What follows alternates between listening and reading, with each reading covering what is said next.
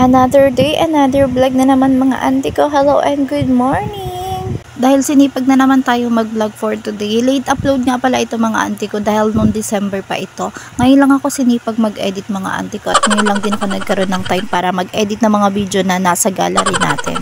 Itong video mga auntie ko, Christmas party nga pala ng company namin. And ayun, kumain lang kami sa Sangyup since yung boss namin is nasa Korea. Kaya hindi kami nakapag-party ng todo-todo. And kumain nga lang kami dito sa Sangyup. And ayun, dito lang siya sa may Kainta. I don't know kung Kainta ba talaga siya.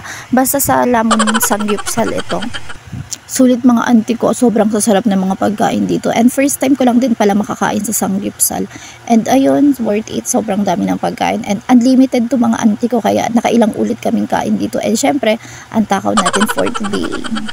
And charan, ito pala yung mga ganda kong ka-workmate. Ayan, so mga ka-workmate namin yan. So parang inapkilala namin dito yung buong Lamon Sangyupsal. Kasi as in, punong-puno kami dyan. Nung time na yun mga auntie ko, tumayo na ako dahil sobrang nabusog talaga ako. And nagpapatungo na lang ako ng kinain ko dahil sobrang dami kong nakain mga auntie ko. As in, super worth it mga auntie ko kapag kumain kayo dito din sa Lamon Sangyupsal. Worth it yung mga pagkain mga auntie ko. And talagang saserban nila kayo ng mga pagkain kapag naubos na kaagad. Lalo na sa mga naka-unlimited. Ito pala yung ganap mga auntie ko ng Christmas party namin. Ay nagsisikantahan sila dyan. And tapos na silang kumain din.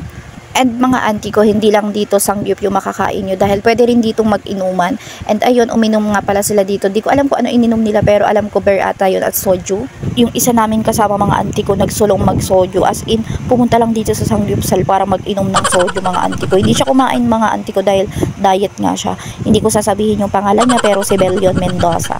Hindi man memorable ang aming Christmas party as in natuwa naman kami sa pagkain kasi sobrang dami ng mga pagkain mga auntie ko, worth it. And alam nyo ba kung magkano yung bill namin dito? Hulaan nyo, i-comment nyo dyan sa ating comment section.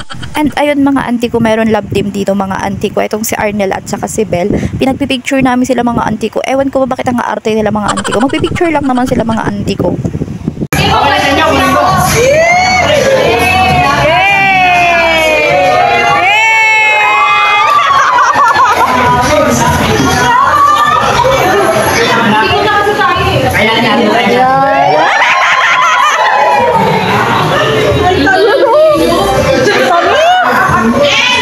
So ayun na nga mga auntie ko, super sip mga auntie ko, binigyan niya pa ng tubig si Arnel mga auntie ko dahil nga pinainom niya ng soju mga auntie ko. Isang basong soju ata yung pinainom niya.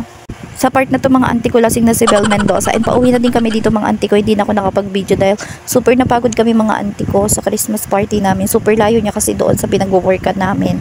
Nag-enjoy naman kami sa Christmas party namin mga auntie ko dahil nabusog din naman kami. Yun lang, and thanks for watching everyone. Follow for more.